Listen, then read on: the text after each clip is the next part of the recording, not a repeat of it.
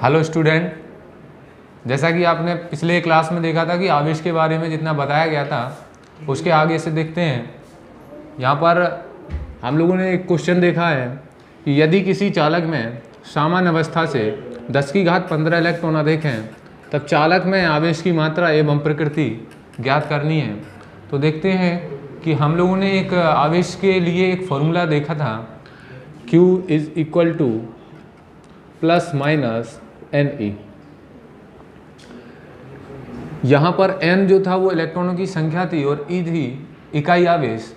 N का मान हम लोग को कितना रख देना है, देखते हैं कि यहाँ पर यदि किसी चालक में सामान्य अवस्था से 10 की घात 15 इलेक्ट्रॉन अधिक है, यानी इलेक्ट्रॉनों की जो संख्या दी गई है वो 10 की घात 15 दी गई है, तो N इज इक्वल टू 10 की घात 15 और E जो है वो इकाई आवेश है, तो इकाई आवेश का मान जो होता है वो 1.6 इंटू 10⁻⁻19 कूलाम होता है। यहाँ पर N और E की दोनों की वैल्यू रख देंगे तो आवेश की जो वैल्यू है वो निकल आएगी।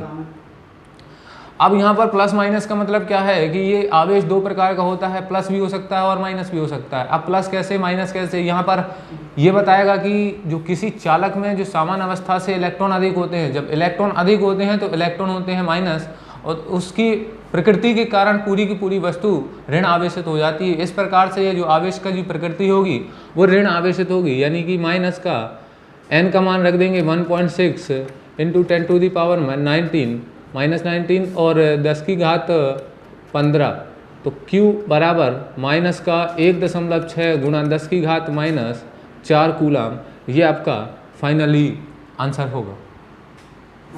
इस प्रकार से यहाँ पर Q बराबर निकाल सकते हैं। यदि इसका अपोजिट दिया जाए कि मान लो किसी भी वस्तु पर कोई भी आवेश दिया गया है और उस पर बताना है कि सामान्य अवस्था से कितने इलेक्ट्रॉन अधिक हैं या कितने इलेक्ट्रॉन की कमी है। जैसे कि क्वेश्चन, अगर दूसरा क्वेश्चन है कि मान लो कि कोई भी वस्तु पर आवेश की जो मात्रा दी गई है माइनस का 3.2 10 की घात -3, इतना कूलाम आपको दिया गया है। आपको पूछा गया है कि इसमें बताइए कि इलेक्ट्रॉन की अधिकता है या कमी है, और अधिकता है कितने इलेक्ट्रॉन अधिक हैं। तो जब भी कोई भी जो आवेश होता है वो ऋण आवेशित होता है, इसका मतलब होता है कि इलेक्ट्रॉन की इसमें अधिकता है। इलेक्ट्रॉन अधिक हैं तो कितने इलेक्ट्रॉन अधिक हैं, यानी कि अब हमें N का वैल्यू निकालना है। N की वैल्यू निकालना है तो फॉर्मूला वही लगेगा, Q बराबर प्लस माइनस NE। तो यहाँ पर N इज इक्वल टू आ जाएगा, यहाँ से N इक्वल टू आ जाएगा Q अपॉन में E, Q अपॉन E, तो Q की वैल्यू रख देंगे -3.2 इंटू 10⁻³ अपॉन में E की जो वैल्यू होती है वो 1.6 इंटू 10⁻⁻19। पॉइंट से पॉइंट कैंसिल हो गया, 16 दूनी 32 कर देंगे, तो यहाँ पर 2 इंटू 10⁻⁻3। जब घात जो है हम लोग जो हर में से अंश में ले जाते हैं तो घात क्या हो जाती है, माइनस की प्लस हो जाएगी। तो ये -19 है, ऊपर जाएगा तो प्लस का 19 हो जाएगा। यहाँ से 2 गुणा 10 की पावर 19 और 3, ये हो जाएगा 16, यानी इतने इलेक्ट्रॉन सामान्य अवस्था से अधिक है। समझ में आ गया?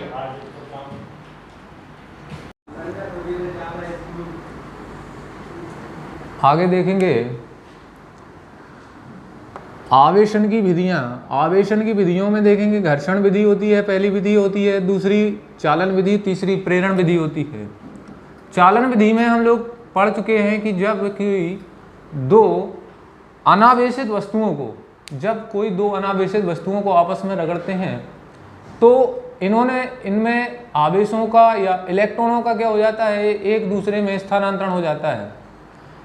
इलेक्ट्रॉनों का स्थानांतरण के फलस्वरूप ये दोनों वस्तुएं आवेशित हो जाती हैं।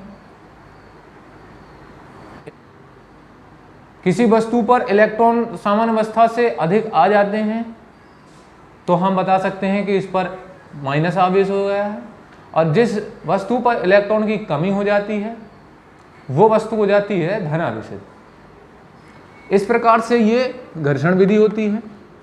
दूसरी विधि होती है चालन विधि। चालन विधि में क्या होता है कि जब कोई आवेशित वस्तु को अनावेशित वस्तु के संपर्क में रखा जाता है तो वह अनावेशित वस्तु को भी आवेशित कर देती है।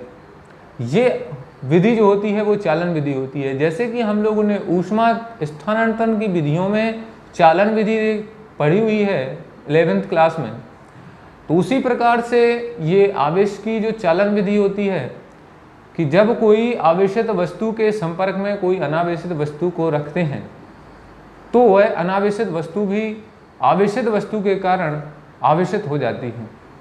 तो इस प्रकार से ये दूसरी विधि चालन विधि हो गई। अब तीसरी विधि को देखते हैं, प्रेरण विधि। प्रेरण विधि को समझने के लिए देखते हैं कि दो कोई भी अनावेशित चालक रखे हुए हैं, एक ये रखा हुआ है, एक ये रखा हुआ है। जब ये भी अनावेशित है और ये भी अनावेशित है, अब हम क्या कर रहे हैं, इनको हमने नजदीक लाए। नजदीक लाने पर ये इस प्रकार से दिखेगा। नजदीक लाने पर यानी कि दोनों को स्पर्श कराया। अब स्पर्श कराने के बाद हमने क्या किया, इसके निकट एक ऐसी छड़ लाए, ऐसी छड़ को ले आते हैं जो आवेशित है। एक छड़ को हमने इसके नजदीक लाते हैं जो आवेशित छड़ है। अब इसके नजदीक लाने पर, इसके निकट लाने पर तो क्या होता है कि ये इस गोले पर इसके विपरीत वाला आवेश प्रेरित हो जाता है।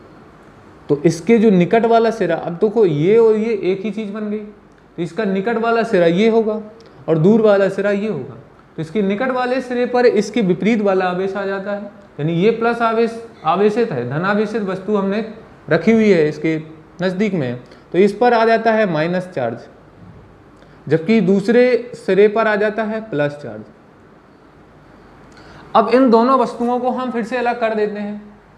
हम दोनों वस्तुओं को फिर से अलग कर देते हैं तो ये दोनों वस्तु अलग करने पर ये इस प्रकार का ये ऋण आवेशित जो चार्ज है वो इस गोले पर, मान लेते हैं ये गोला A है और ये गोला B है, ये A है और ये B है।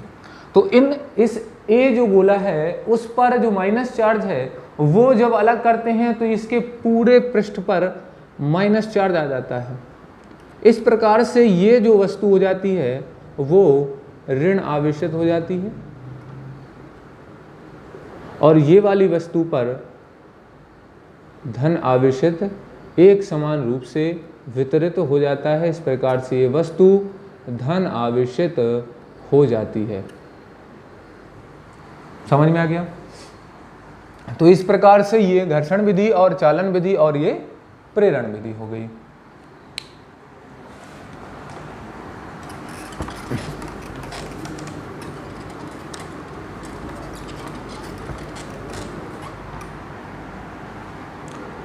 आगे देखेंगे कि आवेश की जो गुण होते हैं, आवेश के गुण,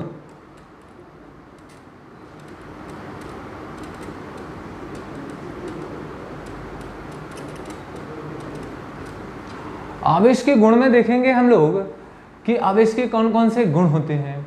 तो सबसे पहला गुण होता है कि ये आकर्षण एवं प्रतिकर्षण दोनों बल इसमें उपस्थित होते हैं। तो आकर्षण कब हो जाता है, यानी जब सजातीय आवेश, सजातीय माने कि ये दोनों आवेश एक ही जाति के हैं, यानी प्लस और प्लस या माइनस और माइनस। जब सजातीय आवेश जो होते हैं, सजातीय आवेश एक दूसरे को क्या करते हैं, प्रतिकर्षित करते हैं, जबकि ये सजातीय आवेश एक दूसरे को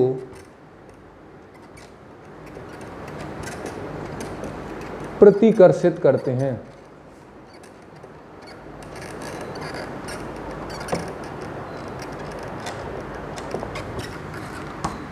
जबकि दूसरा पॉइंट में लिखेंगे कि ये विजातीय आवेश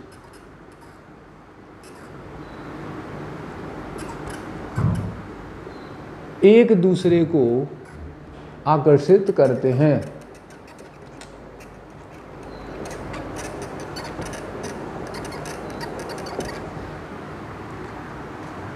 सजातीय आवेश एक दूसरे को प्रतिकर्षित करते हैं, जबकि विजातीय आवेश एक दूसरे को आकर्षित करते हैं। तो ये इस प्रकार से आवेश का ये गुण हो गया। तो तीसरा गुण होता है कि ये आगे देखेंगे, ये तीसरा जो नियम होता है आवेश का संरक्षण का नियम।